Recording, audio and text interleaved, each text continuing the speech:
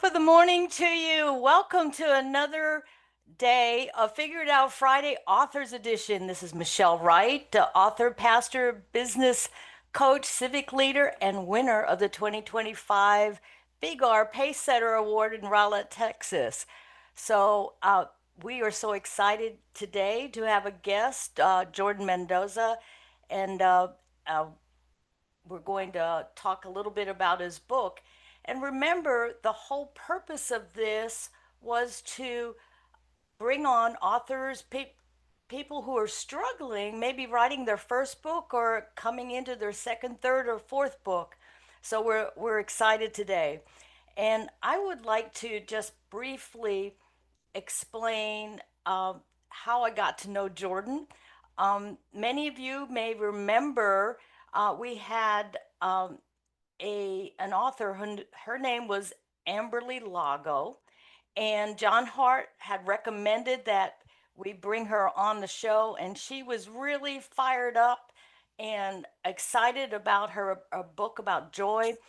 And I got to meet her. I got to attend her book club, and then I went to her Success Summit in Dallas, Texas. And so you never know who you're going to meet, but just after lunch that day, I met Jordan. Didn't know who Jordan was, and I was really impressed, Jordan, by you were just so very open and willing to share and with people all around you. So I thought this is a person I needed to meet and would be perfect for this. And you're launching a book too. So you, from your bio, let me just introduce you a little bit here. Uh, you have a dynamic force in the world of podcasting. And also, Amberly told me when I was talking to her that you were going to be on the show. She mentioned if you want to get hooked into the LinkedIn community, you need to get with Jordan. You're the expert at that. So you may want to share a little bit about that. We have a lot of real estate professionals, we have financial community people, we have all kinds of people, a lot of business coaches and things like that as well. So, and you bring in 30 years of sales experience in your history too. So, what we're going to do now is I'm going to introduce you to the co-host and actually the owner of the podcast, Brock Zevan, and he's going to take it from there. Welcome, Jordan. Thank you. Thank you. Good morning, everybody. Good morning to you all. If anybody wants two dogs, let me know. I got two dogs here that are driving me crazy this morning. Wendy's little puppy is here, and Leo he's learned this new thing, Jordan, and he just really, really loves to bark now. I think he barks, Kevin, like at the wind. Like he's constantly barking. And so I'm really enjoying it. I'm having so much fun with this new barking, but we're going to figure it out just like on this Figure It Out Friday. Jordan, I apologize. I was not able to meet you on the green screen, but it's a pleasure to be able to see you here today and to be able to explore a little bit about what took place with you in developing this book. And that's what this show is all about, especially the author's edition. Put a 7 in the chat. Put a 7 in the chat. How many of you want to write a book? How many of you want to write a book? And if you wrote a book, you want to write another book. How many of you want to do that? I was listening to a show yesterday and they were talking about this person like, I wrote a book. And like the energy was like, wow, that's amazing. Guys, the reason why it's amazing is because it takes a lot of work. It takes a lot of effort. It takes a lot of money. It takes a lot of time. It takes a lot of putting the discipline behind the thoughts of doing it. When I wrote my book, I kept telling myself, and I'm going to ask Jordan some of these questions here. I wanted to write my book for about a year and a half. And that book just sat there on my shelf. It didn't even sit there on the shelf. It sat in my head. It sat on pieces of paper, thoughts, ideas. And then I had to go, where's Kat? Kat's on here. Because I asked Kat this week, I said, Kat, you've been really intentional. But if you really want to take your business, take yourself to the next level, I said to her, you got to be committed. And so I decided to be committed to writing my book. And so I started to get up at 4 o'clock in the morning and I wrote my book and my thoughts from 4 to 4:45 in the morning. And I did that the whole entire month of August, coming up on my 2 year anniversary of it. And then I got Rebecca Black involved because I couldn't do it alone and I needed help. So when you write a book and you're leaning into Jordan, I'm going to be asking him questions. And I want you to maybe think about yourself like, are these the questions I'm asking myself?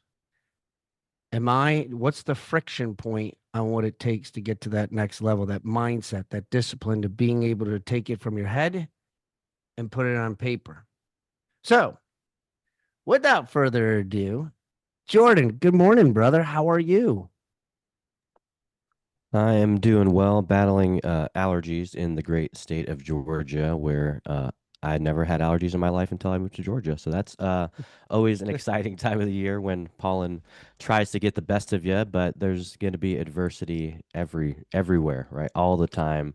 It's the one thing I guarantee all my clients is that, hey, you're going to face adversity. If you're an entrepreneur, just buckle up. It's coming. We don't know what it's going to look like or when it's going to happen, but our goal is figuring out how do we get through this consistently because I didn't do this to give up. I didn't start a book to not finish a book. I didn't start a podcast and not finish it the second time. I did do that the first time, and that was pretty knuckleheaded of me. But we all make mistakes, and the goal is can we learn from them, and can we extract these lessons to help other people? So, hey, I appreciate you, Michelle, inviting me here, introducing me to here to Brock and all these amazing people from all over, it looks like. So I'm excited to be here. And my one goal today is just to add value to at least one person. So hopefully you're out there. Hopefully you guys can pick up one piece of valuable info from our conversation. One of the cool things is Michelle, like one, I don't know about you all, but he's got a podcast voice. He already has like that voice. I can tell. Like I don't feel I have a podcast voice, but like he does. I was just like you got that good voice, and then you're very articulate. So it's great being able to hear you. I'm like, oh, this guy's been on many podcasts. I could just hear how he's talking and already sharing your message of what you want to for your takeaway from us to be able to get in here. So let's lean into a little bit about you, Jordan, and what you have going on in the mindset. And then I'm going to boomerang it back to Michelle on diving in a little bit of the book itself. But walk me through. Okay. You said you moved from Georgia or you moved into Georgia, but I'm sure you just didn't wake up one day and was just like, you know what? I think I'm gonna start writing a book and here we go. And let me just dive into it. Like what drove you and where did you come up with the thoughts? Jim Rohn says it's not a lack of money, it's a lack of thoughts and ideas. And so every book writer has ideas and thoughts. What was that process to you for somebody who has the thoughts and ideas in their head, but to get it into the paper? How did that transform inside of your mind?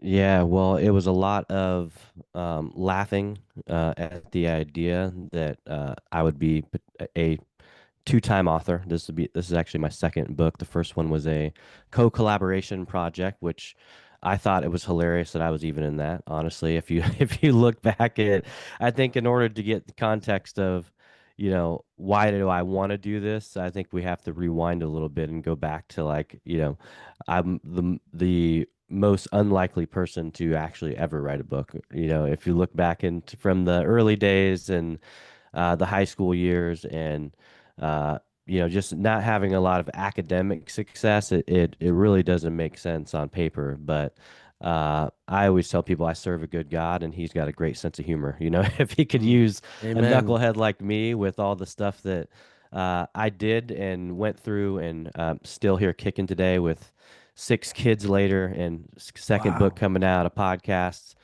businesses on multiple continents, then I'm like anybody can do this, It's if I can do it, you could do it. So, really, it's the book is called The Life-Changing Power of Adversity, and I wanted to go with a really really bold title because adversity gives us strength. It enables us to see through a lens that other people will never be able to see through, and so it is life-changing, right? Anytime we experience adversity, it changes us in some capacity as long as we're willing to leverage that change for something to help us move forward, that's really when it becomes the most powerful in my experience. So, but I'm I want to excited say to, one thing, if you don't yeah, go mind, ahead. because you said a word that really resonated with me. And if you didn't write this word down, for those taking notes, I want you to write it down.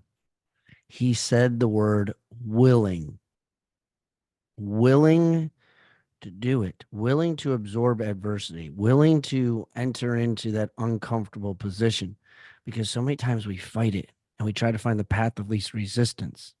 And so I love the word willing. I thought that was really, really powerful. Just that simple word. Yeah, you definitely have to be willing, but you also have to know that it's coming, right? And that's when it becomes at least you've got a strategy, you've got some systems, you've got something that can help you push past it, and some of those things are uh, community, what you all are building here.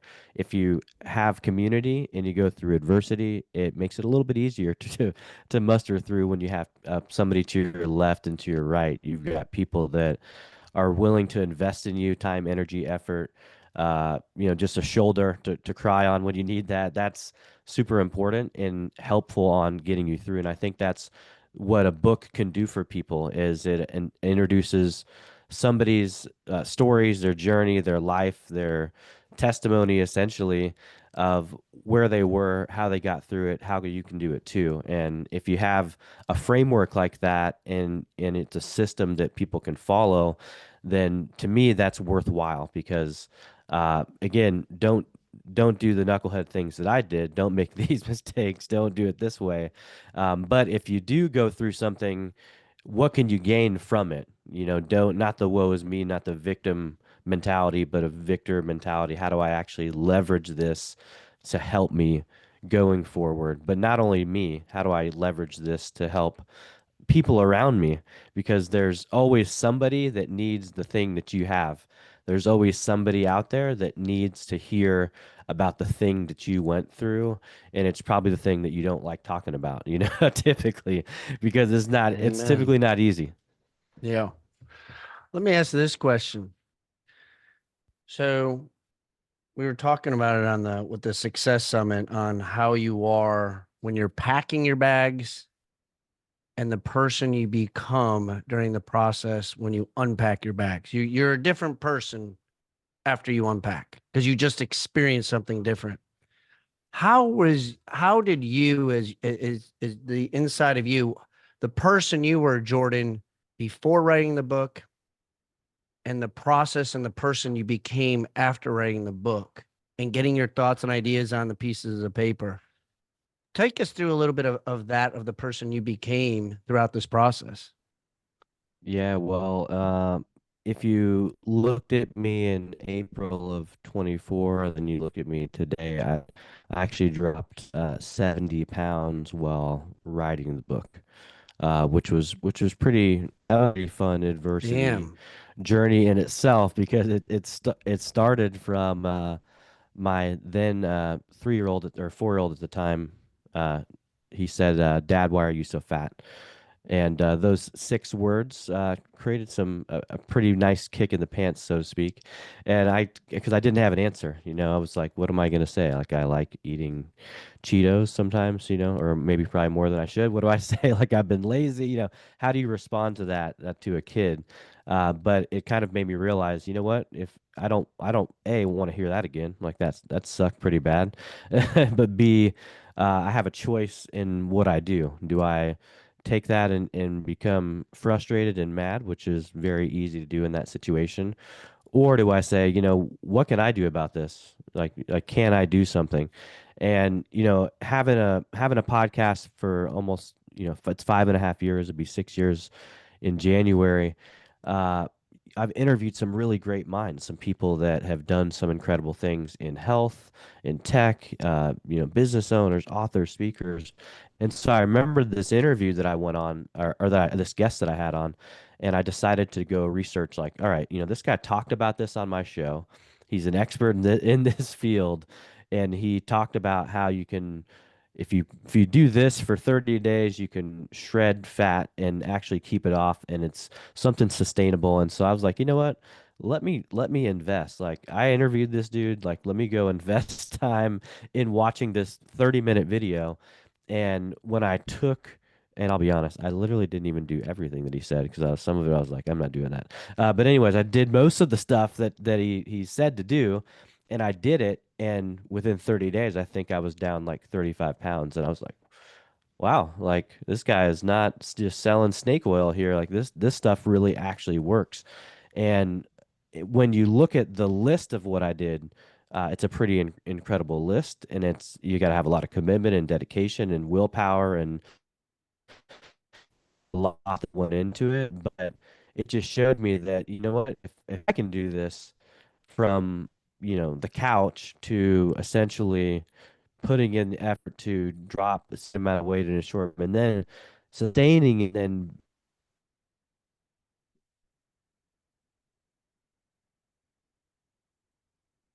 And can now, do this Jordan, too. I there you want go. Did I lose you? Did I lose you, Jordan? You there? hello, yeah, can you hear me? I got you a little bit now. You're Hang on a you're second. kind of in and out. Oh, am I back now or no? Yeah. Up, you're back. You're back. He's back. The snake oil. I'm still Okay. laughing at Perfect. snake Sorry oil. about I was that. watching Latrice. I was like, did he just say snake oil? Yep. Uh, so, but again, I thought I recognized, I started sharing this with people. Okay, so, I'm losing you again. Do us a favor so that way we can at least hear your voice. Go off of video so that way maybe the data we can hear you with that instead. okay. Is that any better or no? Yeah, no, much better. There you go. Now we get Okay, to see yeah. you. We get to see you out at some sort of beach or something. But at least we get to hear you now.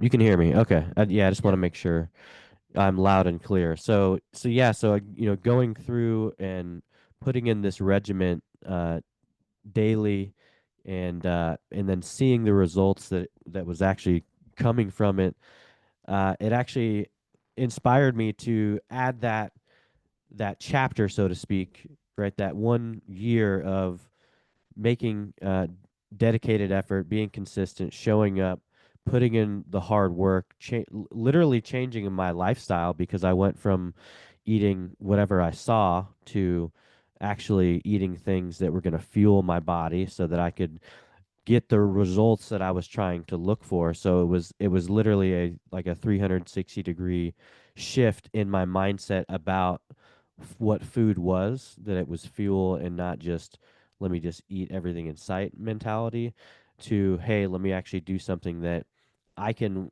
sustain for the long haul, like an actual lifestyle change. And when you make a decision like that to go all in, and you're getting the results, it actually makes it a little easier to continue and to get the results on a consistent basis. And it's interesting because I literally, my workouts prior to doing this really don't look any different now, even after losing 70 pounds. And it's because things get easier as you drop weight. So I remember when I started doing the journey, I could do like one or two pull-ups, like that was max, and I couldn't do anymore because I was 249 pounds, and I just didn't have any strength. And now I'm doing 150 a day, and that is a lot different, but it takes so many reps to be able to get there because it's not easy. If for anyone that has done pull-ups, or maybe you do them consistently, if you haven't done them in a while, go try one and you'll be like, okay, now I see what he's talking about. but uh, but again, I just kind of proved to myself that hey, you can do even harder things than maybe you thought you can do, as long as you're willing to make some sacrifices, because there's a lot of different things that when you're doing something to produce a lot of gain, there's a lot of resets that you have to do within your body because most people are burning sugar and not fat. And so I was burning a lot of sugar and intaking a lot of sugar. Of course, I was burning a ton of it. And so having to reset your body first and then start putting good things back in and trying not to put bad things in and then making those shifts and changes. It's just amazing the type of transformation that you get because it's not just the weight. It's the from the mental end, feeling like I lost 1,000 pounds of mental weight. So having a much more clear mindset, better in more areas than just yes, you lost a ton of weight because again, it's always exciting, but when you can get like the triple effect, from uh, all the compounded effort, that's really what's made it so meaningful. I love so a couple things I took and then I'll transfer it over to Michelle as Michelle dives a little bit more into the book itself. So a couple things all that I just took for it took from what he just shared. First and foremost, we all know this, but I want to reiterate it. Working on yourself mentally or physically is what? It's an inside job. It's you yourself are the only person. Nobody can get Jordan's tail out of bed when he weighed 249 pounds. Nobody can get him out of bed except for Jordan. And his son, was it your son that said it to you, Jordan? Yep, yeah, my son Braylon. Yep. He's the one that called you out and said, "Dad, you're fat." I mean, let's just be honest with everybody here. Let me Who's make it calling you clear. out? Why are you so fat? I mean, Why are you that's a little so worse. fat? Why are you so fat? What is it? Who has to call you out? Jordan, can I ask you a question? Did you kind of have a feeling that you're a little overweight, yourself personally? Did your son really have to tell it to you? Did you kind of have an idea? Yeah, I'm pretty sure I had an idea, but I'm one of those people. Well, and again, I think it's a cop out, honestly. But people are Right, like, "Oh, you carry your weight well." It's like, no, I'm just fat and like buy the right size clothes so that you don't see me as fat, right? It's like I right, don't think we hide our weight. I don't think we carry it, well, because right. there's no you can't carry things that are heavy well, right? Eventually, it sucks. So. And that's true to our mindset too, all.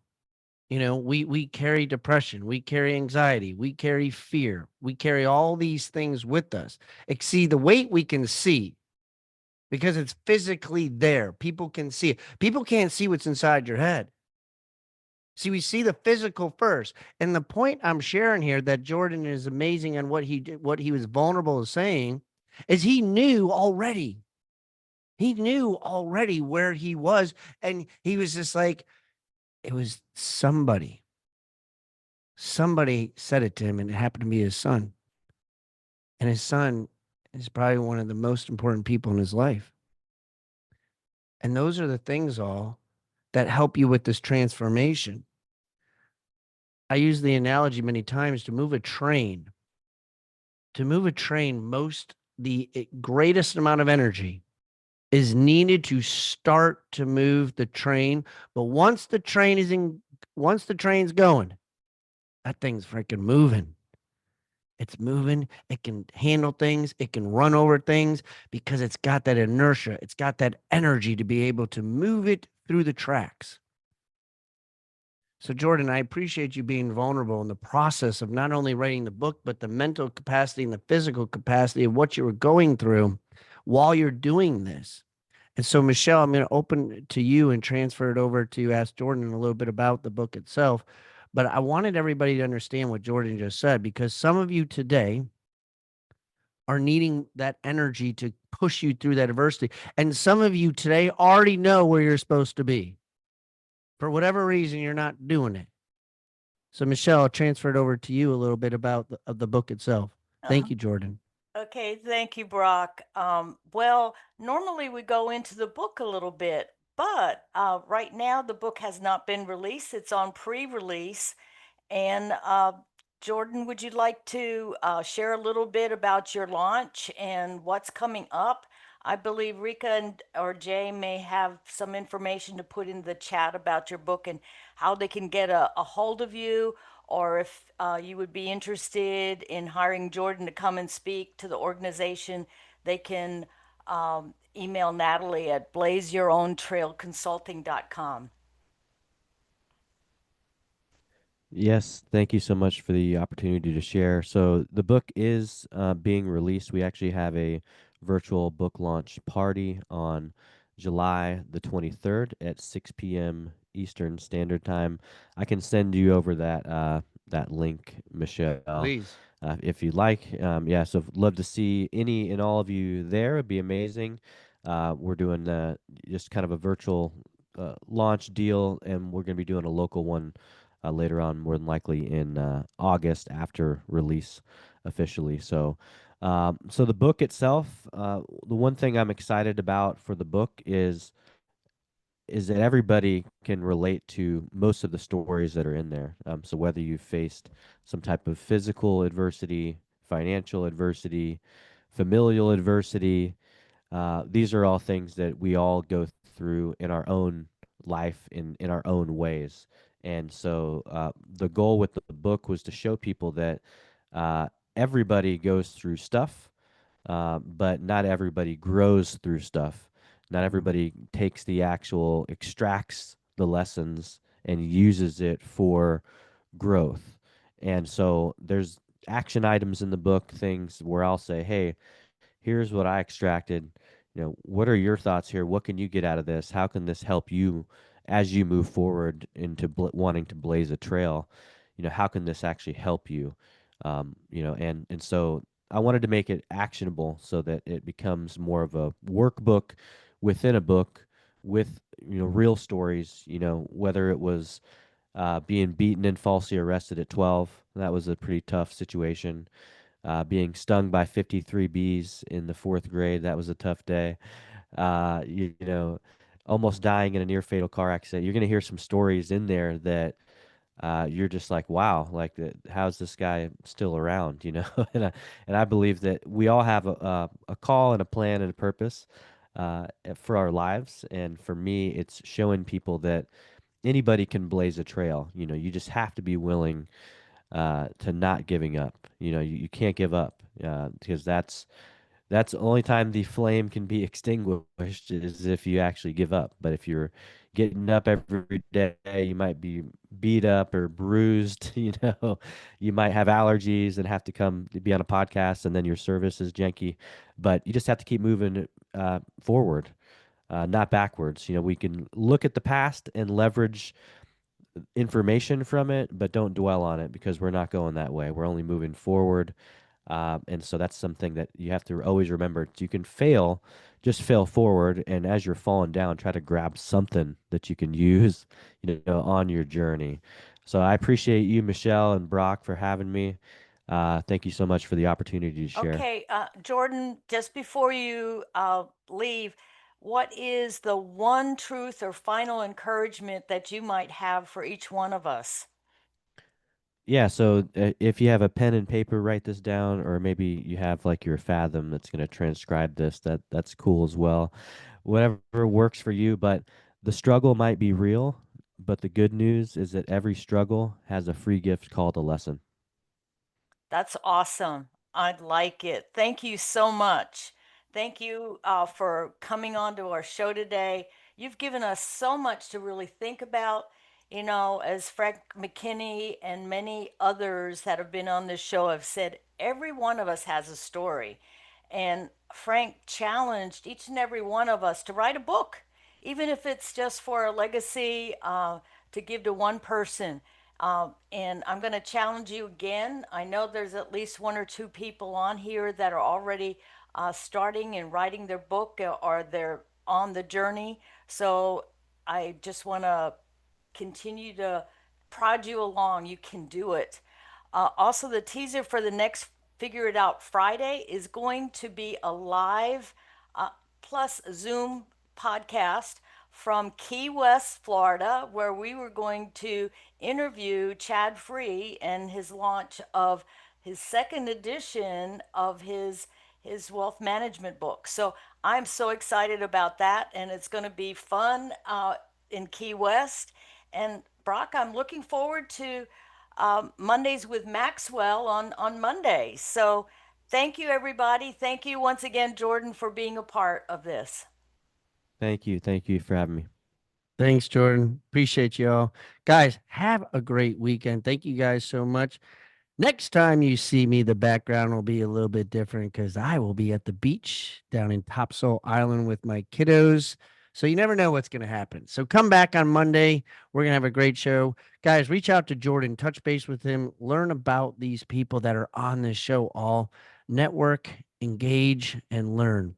Guys, I appreciate y'all. Michelle, thank you so much for bringing on an amazing guest. God bless you all. Have a safe and healthy weekend. And we'll catch up with you Monday morning at 8:15. Till then, see ya.